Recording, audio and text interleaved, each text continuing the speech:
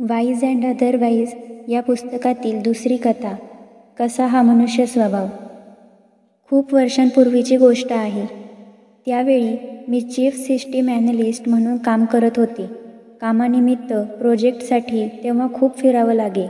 कधी जवळपासच्या एखाद्या शहरात, नाहीतर एखाद्या लहानशा खेड्यात जावं लागे.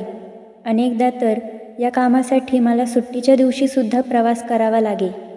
असाच एक शुक्रवार होता. त्यावेळी मोठा वीकेंड मिळणार म्हणून मी खुश होते. येत्या सोमवारी कसल्याशा सणानिमित्त सुट्टी होती.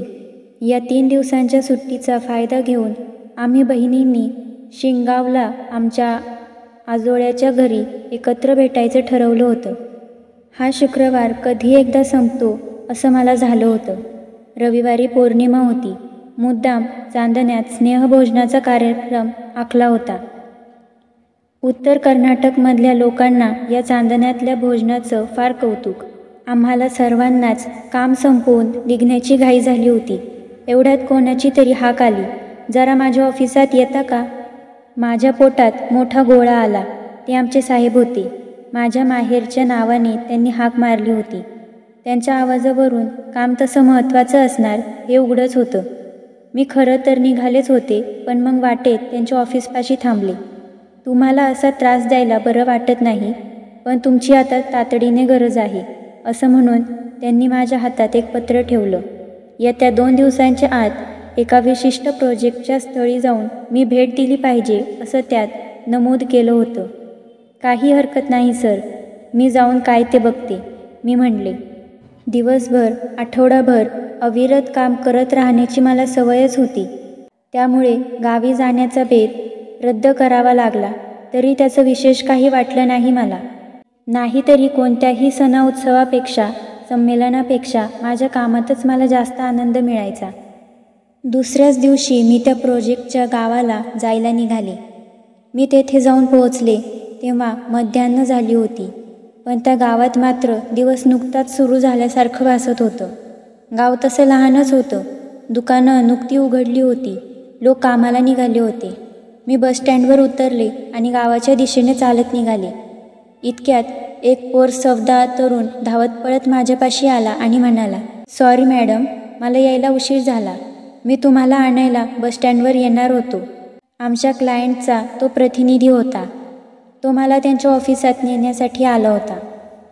तेथून चालत काही मिनिटातच आम्ही त्यांच्या ऑफिसात पोहोचलो. ऑफिस तसं लहानच होतं. ते काही अत्याधुनिक वगैरे नव्हतं. जुन्या दुरुस्त केलेल्या फर्निचरने ते सजवलं होतं, मात्र टापटिपीत ठेवलेलं होतं. सगळेजण माझीच वाट पाहत होते. मला बरं वाटलं. मी बसले. त्यांनी मला प्यायला गार ताक आणलं. ते पिऊन एकदम ताजतवानं वाटलं. कामाला सुरुवात करण्यापूर्वी माझी एक नीटनेटक्या तरुणाशी ओळख करून देण्यात आली. मला त्याच्याबरोबर काम करायचं होतं. तो चांगला तरतरीत होता. आत्मविश्वासाने बोलत होता. हुशार वाटला. त्याचं कामही चांगल्या दर्जाचं होतं. ते पाहून नाही म्हटलं तरी मला जरा आश्चर्य वाटलं. त्याच्या काम करण्यातून त्याची व्यावसायिकता जाणवत होती. मला लोकांनी त्याच्याविषयी असंही सांगितलं की त्याचं वाचन भरपूर होतं. किंबहुना त्याच्या गावात त्याच्या इतकं वाचन कोणाचंही नव्हतं. त्यांनी कामाची कागदपत्रं पण अगदी शिस्तीशीर, नीटनेटकेपणे ठेवली होती. त्यामुळेच आमचं काम फारच लवकर आटपलं. मी जायला निघाले. जाण्याआधी आवर्जून त्याचं कौतुक केलं. त्यावर तो लाजला. मग त्याने मला चहासाठी घरी येण्याचा खूप आग्रह केला. त्याचं घर जवळच होतं. त्याचं घरही फार नीटनेटकं ठेवलेलं होतं. चहा पिता पिता आमच्या गप्पा सुरू झाल्या. आता गप्पा जरा वैयक्तिक पातळीवर आल्या होत्या. त्याने त्याच्या आईवडिलांविषयी सांगितलं. त्याच्या या आधीच्या नोकरीविषयी सांगितलं. मग त्याने पत्नीची आणि 2 वर्षाच्या मुलाची ओळख करून दिली. आपल्या पत्नीचं पाककौशल्य, तिचं गाणं, तिनं शाळेत असताना प्राप्त केलेले यश, या सर्वांविषयी तो कौतुकाने बोलत होता. मग त्याने आपल्या मुलाला हाक मारली. तोही लगेच आला आणि हाताची घडी घालून माझ्या बाजूला उभा राहिला. जणू काही त्याला तसं उभा राहायला शिकवलं असावं असा. मग त्याच्या वडिलांनी त्याला कविता म्हणून दाखवायला सांगितली. त्यानेही आपल्या बोबड्या आवाजात लगेच कविता म्हणून दाखवली. मीही मान हलवून त्याचं कौतुक केलं. पण आपल्या मुलाचं फक्त एवढंसं कौतुक झालं. ही गोष्ट त्या वडिलांना काही फारशी रुचली नसावी. तिथे समोरच मुळाक्षरांचा जुना तक्ता टांगलेला होता. मग वडिलांनी आपल्या मुलाला त्यातील सर्व मुळाक्षरे ओळखायला लावली. खरं तर या अशा गोष्टी करायला मुलांना मुळात आवडत नाहीत, पण पालक नेहमीच आपल्या मुलांवर बळजबरी करतात. बिचारी मुलं. आमच्या यजमानांनी आपल्या घरात चालवलेला तो प्रकार आणखी अर्धा तास तसाच चालू होता. शेवटी ते मुलंही कंटाळलं, अस्वस्थ झालं, चिडलं. त्याच्या आईच्या ते लक्षात आलं आणि ती त्याला स्वयंपाकघरात घेऊन गेली. बहुधा त्याला चॉकलेट नाहीतर बिस्किटचा खाऊ बक्षीस म्हणून मिळाला असावा. आपल्या मुलाची काहीतरी तारीफ ऐकण्याची त्या वडिलांची माझ्याकडून अपेक्षा असल्याचं माझ्या लक्षात आलं. मग मी म्हटलं, तुमचा मुलगा त्याच्या वयाच्या मानाने फारच हुशार आहे हां.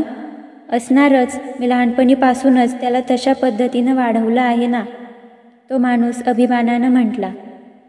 आपल्या या 2 वर्षाच्या बाळाला याने जन्मल्यापासूनच शिकवायला सुरुवात केली होती की काय असं मला वाटलं. अच्छा, म्हणजे मूल केवळ शिकवल्यामुळे इतकं हुशार होऊ शकतं? मी विचारलं. नाही, तसं नाही. अनुवंशिकतेचाही त्यात भाग असतोच. माझा मुलगा माझ्यावर पडलाय. त्या माणसाचा चेहरा अभिमानाने नुसता फुलून आला होता. आता मला त्याच्याकडून आणखी ऐकायची इच्छा झाली. शिवाय माझी बस सुटायला अजून तासभर अवकाश होता. तुम्ही कॉलेजात असताना फार हुशार विद्यार्थी असणार. मी उगीचच खोदून चौकशी केली. हो तर, मी शाळेत आणि कॉलेजात असताना नेहमीच पहिला क्रमांक पटकवायचो, त्याने उत्तर दिलं. तो स्वतःवर चांगलाच प्रसन्न दिसत होता. तुम्ही कुठल्या कॉलेजातून पदवी घेतली? मला बरीच उत्सुकता वाटू लागली. मी BVB इंजिनिअरिंग कॉलेजात होतो, हुबळीला. आता मी चमकले. हुबळी ते इंजिनिअरिंग कॉलेज सगळंच माझ्या परिचयाचं होतं. कुठल्या वर्षी? मी विचारलं. 1972 साली मी पहिल्या क्रमांकानं इंजिनिअरिंगची परीक्षा उत्तीर्ण झालो. मग तुम्हाला सुवर्णपदक मिळालंच असेल नाही? मी मुद्दाम विचारलं. हो ना, त्या वर्षीचं सुवर्णपदक मलाच मिळालं होतं.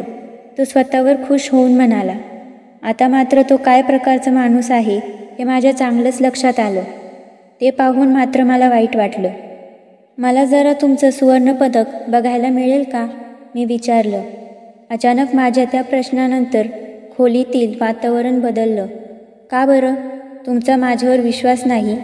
आता त्याच्या आवाजात अनिश्चितता डोकवत होती. तसं नाही, तुम्ही 1972 साली जे सुवर्णपदक मिळवलंत ते मला पाहायचे, मी परत म्हटले. ते फार बहुमोल आहे माझ्या दृष्टीनं, म्हणून ते मी बँकेच्या लॉकरमध्ये ठेवले. तो म्हणाला. कोणती बँक? मी पण त्याचा पाठपुरावा केला. हा सगळा तपशील मी तुम्हाला का म्हणून द्यावा? त्याने चिडून विचारलं. आता सगळं काही स्पष्ट झालं होतं. मला वाटतं त्यालासुद्धा काय समजायचं ते समजलं असावं. त्याची अगत्यशीलता संपुष्टात आली होती. माझ्याही बसची वेळ झाली होती. मलाही निघायला हवं होतं. दाराकडे जाता जाता मी त्याला म्हटलं, तुमच्या बँकेचे किंवा तुमच्या सुवर्णपदकाचे कोणतेही तपशील मला नकोत. माझा त्यांच्याशी काही संबंधही नाही. फक्त ते सुवर्णपदक तुम्हाला मिळालं असणं शक्य नाही याची मात्र मला खात्री आहे. तुम्ही इतकं खात्रीशीररित्या असं कसं काय म्हणू शकता? आता तो चांगलाच संतापला होता. कारण मी त्याला म्हणले, ते बोलतानासुद्धा मला दुःख होत होतं. 1972 सालचं सुवर्णपदक मला मिळालं होतं आणि दरवर्षी फक्त एकच सुवर्णपदक देण्यात येतं. माझ्या तोंडाचे हे शब्द ऐकून तो आश्चर्याने थक्क झाला आणि माझ्याकडे एकटक पाहतच राहिला, काही न उमगल्यासारखा. मी त्याच्याकडे पाहिलं आणि त्याला हळूच विचारलं, तुम्ही इतके बुद्धिमान आहात, तुमच्या कामात वाकबगार आहात, तुम्हाला खोटं बोलायची काय गरज आहे? त्यानं काय साध्य होणार आहे? एवढं बोलून मी वळले आणि पाठीमागे दार बंद झाल्याचा आवाज आला. हे एवढंच उत्तर मला मिळालं.